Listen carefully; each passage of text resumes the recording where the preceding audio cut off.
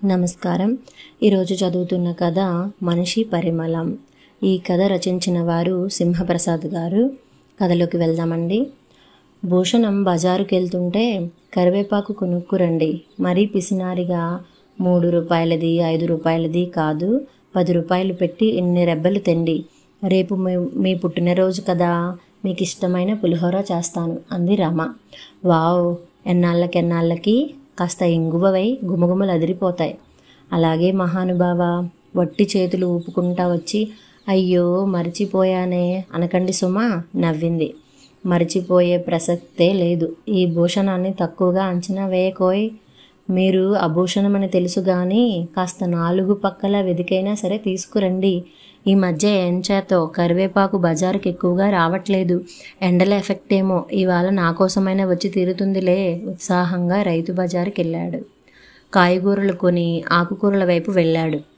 పాలకూర, బచ్చల కూర, తోటకూర, కొత్తిమీర ఉన్నాయి కానీ కరివేపాకు ఎక్కడా కనిపించలేదు. ఆరా తీస్తే మార్కెట్కి తక్కువగా వచ్చింది, గంటలోనే అమ్ముడైపోయింది అన్నారు. అరే, అలా ఎలా అయిపోయిందోయ్, నాకు అర్జెంటుగా కావాలే, ఇప్పుడు ఎలా? బయట తట్టల వాళ్ళ దగ్గర దొరకొచ్చు, ప్రయత్నించండి. గబగబా బయటికెళ్ళి అందరినీ అడిగాడు. ఎవ్వరి దగ్గర లేదు. ఇదేమిటబ్బా, హఠాత్తుగా కరివేపాకు కల్పవృక్షమైపోయింది. లోపల అనుకోబోయి పైకే అనేశారు. 10 రోజుల కిందట వచ్చిన గాలివానకి చాలా చెట్లు కూలిపోయాయండి ఒకరు చెప్పారు. నిరాశగా వెనుతిరిగారు. మార్గ మధ్యలోని ప్రతి కాయగూరల కొట్టు దగ్గర ఆగి మరీ కనుక్కున్నాడు. ఎక్కడా దొరకలేదు. నీరసంగా ఇంటికెళ్ళాడు. అలా ఉన్నారేంటి, కరివేపాకు దొరకలేదా? తల అడ్డంగా ఊపాడు. ఇప్పుడు ఎలాగండి, ఎన్ని ఉన్నా కరివేపాకు సువాసనే వేరు. ఇంకెలాగో మేనేజ్ చేయలేమా? ఎలాగో తీసి పారేసేదేగా. అదేనండి కరివేపాకు గొప్పతనం. ఇలా వేస్తాం, అలా తీసి పారేస్తాం. ఆలోగానే పులిహోరని, దప్పలాన్ని, రసాన్ని, వేపుళ్ళని, దేనికైనా సరే చక్కని పరిమళాన్ని ఇచ్చేస్తుంది. పాయింటే, కానీ ఇప్పుడెలా? ఈసారికి న్యూడిల్స్ చేసేస్తాను. అయిష్టంగానే తలాడించాడు. అతడికి చాలా ఆశాభంగంగా, అసంతృప్తిగా ఉంది. ఇరుగు పొరుగు ఎవరినైనా అడిగి లేదనిపించుకోవడమే తప్ప ఎవరు 2 ఆకులు విడవరు. అంతా పిసినారి పెద్దమ్మలే అంది. అయినా ఆశ చావక ఇరుగు పొరుగు ఇళ్లల్లో అడిగింది. కరివేపాకును చూసి 10 రోజులైంది అన్నారు. ఎన్నడూ లేనిది పిల్లలు కూడా డాడీ బర్త్డేకి పులిహోర చేయలేదేం మమ్మీ అని అడిగారు. కరివేపాకు దొరకలేదని చెబితే సిల్లీగా ఉంటుందనిపించి వినాయక చవితికి చేసుకుందామంది. ఇప్పుడు చేసుకుంటే అప్పుడు మళ్ళీ చేసుకోకూడదా? కూతురు లా పాయింట్ తీసింది. నువ్వు గడుగ్గాయివి, నీకు చెప్పలేం గాని చెప్పింది విను, పెట్టింది తిను కసురుకున్నట్లుగా అంది Rama. Daddy next time better luck అన్నాడు 10 ఏళ్ల కొడుకు.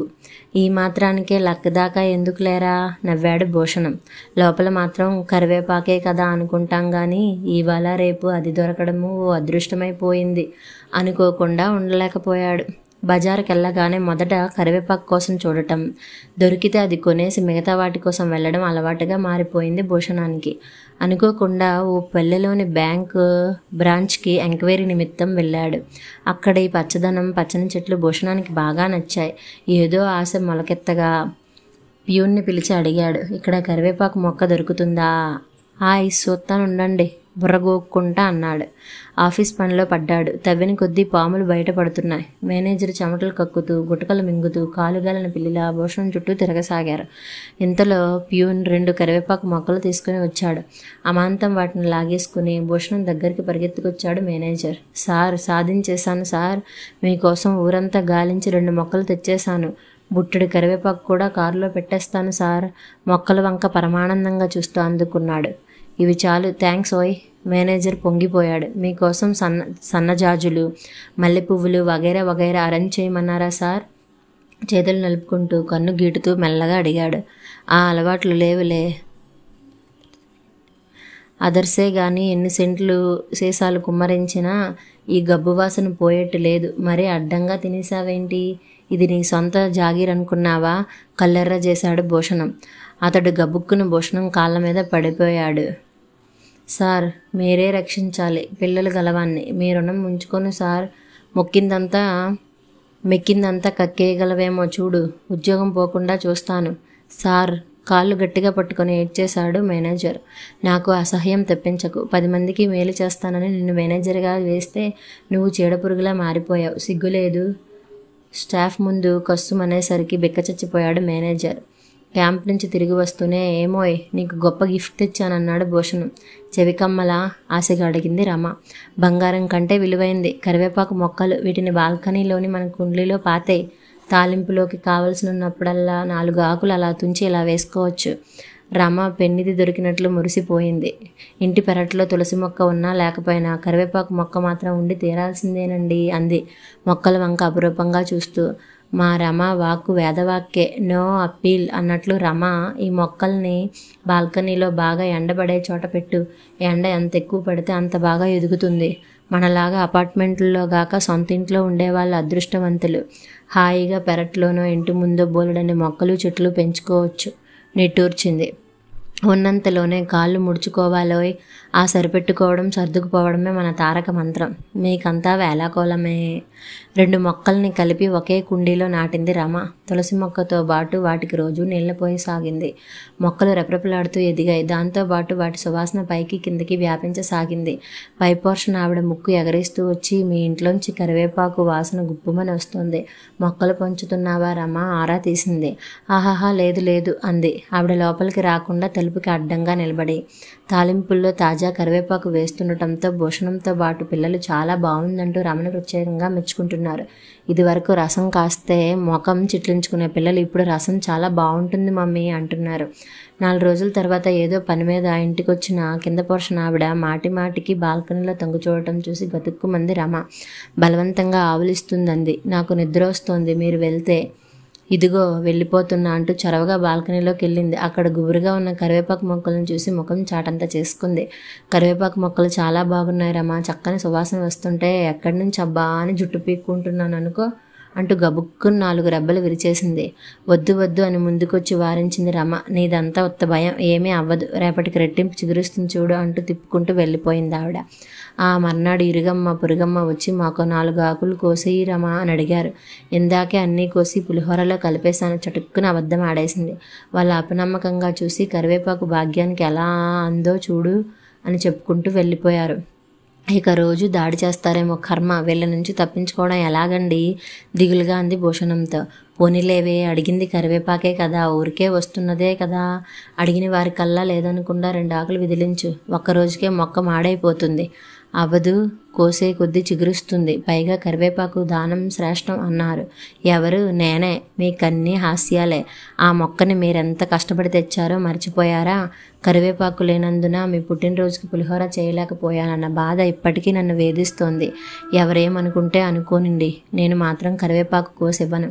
ఏదో మన అదృష్టం కొద్దీ మంచి రకం మొక్కలు దొరికాయి అన్నట్టు ఈ మొక్కలిచ్చిన ఆ మేనేజర్కి ఏమైనా ఫేవర్ చేశారా?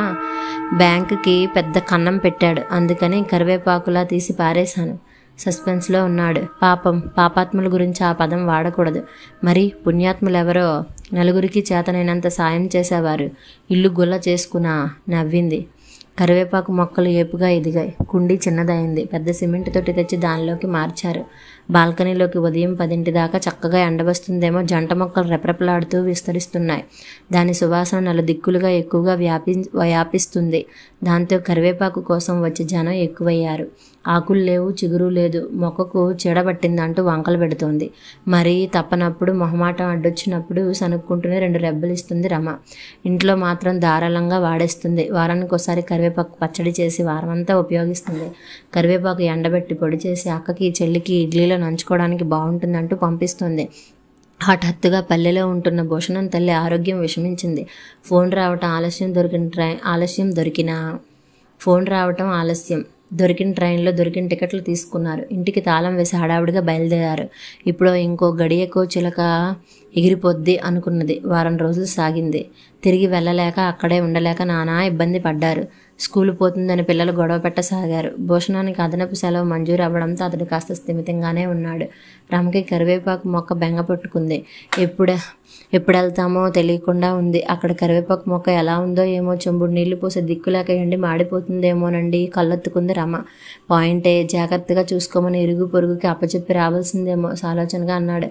అప్పుడు వాళ్ళ దిష్టి కళ్ళు పడి ముందే మాడి మసైపోతుంది. భార్య వంక చిత్రంగా చూశాడు భూషణం. ముఖం తిప్పేసుకుందామే. ఇంతలో తులసి నీళ్లు పోయండి అని అరిచారెవరో. గబగబా భూషణం, రమ, పిల్లలు ముసలావిడ దగ్గరికి పరిగెత్తారు. తులసి నీళ్ళు ఆవిడ నోరు బలవంతంగా విడదీసి పోశారు. ఆవిడ గుటక వేయలేదు. గొల్లుమన్నారంతా. ఊరంతా తరలి వచ్చింది. దొడ్డమ్మ దొడ్డమ్మ అంటూ పోయిన ఆవిడ గురించి ఎన్నో చెప్పుకొచ్చారు. ఇంటి పెరట్లోని పూల మొక్కలకు పూచిన పూలు, చెట్లకు కాచిన కాయలు, పండ్లు వాటంతటికీ పంపకాలు పెట్టేదిట. కూరకేం లేదని ఎవరొచ్చి నోరు తెరిచి అడిగినా కూరగాయలు ఆకుకూరలో ఏవోటి పెట్టేదట. కానీ ఒట్టి చేతులతో వెళ్ళనిచ్చేది కాదట. అసలు అలా పెట్టడానికే దొడ్డి నిండా రకరకాల మొక్కలు చెట్లు పెంచేదట. పండగలకు పబ్బాలకు దొడ్డమ్మ ఇంటి ముందర మామిడి చెట్లు ఆకులు కావాల్సినన్ని కోసుకెళ్లేవారట. మంగళవారం శుక్రవారం అని లేకుండా ఏ రోజున ఏ వేళ కోసుకెళ్ళినా విసరంత మాట అనేది కాదట. మామిడికాయల కోసం పిల్లలు రాళ్ళు విసురుతుంటే వారించి కొంకె ఉన్న కర్రతో స్వయంగా కోసిచ్చేదట. పచ్చడి సీజన్లో ప్రతి ఇంటికి పరక మామిడికాయలు చొప్పున పంపేదట. బాగా పీచు ఉన్న రకాలని చెప్పి ఊరంతా ఆ చెట్టు కాయలతో పచ్చళ్ళు పెట్టుకునేవారట. బ్రహ్మోత్సవాల్లో, గణపతి నవరాత్రుల్లో గుడికి రోజు కొబ్బరికాయలు దొడ్డమ్మే పంపేదట. ఆ కబుర్లని వినే కొద్దీ తనలో తను కృంగిపోసాగింది రమ. తన కళ్ళకి తనే మరగుజ్జుగా కనిపించసాగింది. అత్తయ్య గారి అక్షరాల దొడ్డమ్మే. అంతా ఆవిడ గురించి అంత గొప్పగా చెబుతున్నారు చూడండి.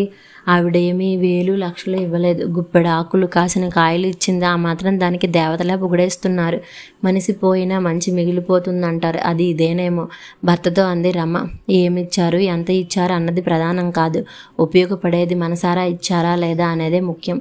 నలుగురికి చేతనైన సాయం చేయడంలోనే ధన్యత ఉంటుంది. రోజు కరివేపాకు మనకు బోధించే పాఠం ఇదే అన్నాడు భూషణం. రమ నిశ్చలంగా చూస్తుండిపోయింది. తిరుగు ప్రయాణంలో దారి పొడవునా రమది ఒకటే పాట. కరివేపాకు మొక్క బతికుంటే బావును. ఒకటే ప్రార్థన. కరివేపాకు మొక్క బతికి ఉండేట్టు చూడు దేవుడా. ఒకటే ఆరాటం. కరివేపాకు మొక్క చల్లగా ఉండాలి. ఒకటే ఆశయం. కరివేపాకు మొక్క 10 కాలాల పాటు పచ్చగా ఉండాలి. ఇంటి తలుపు తీస్తూనే బాల్కనీలోకి పరిగెత్తింది రమ. కరివేపాకు మొక్క చాలా వరకు ఎండిపోయింది. దీనంగా ఉంది. కొన్ని చివుళ్ళు మాత్రం ఆశా జెండాల్లా పచ్చగా ఉన్నాయి.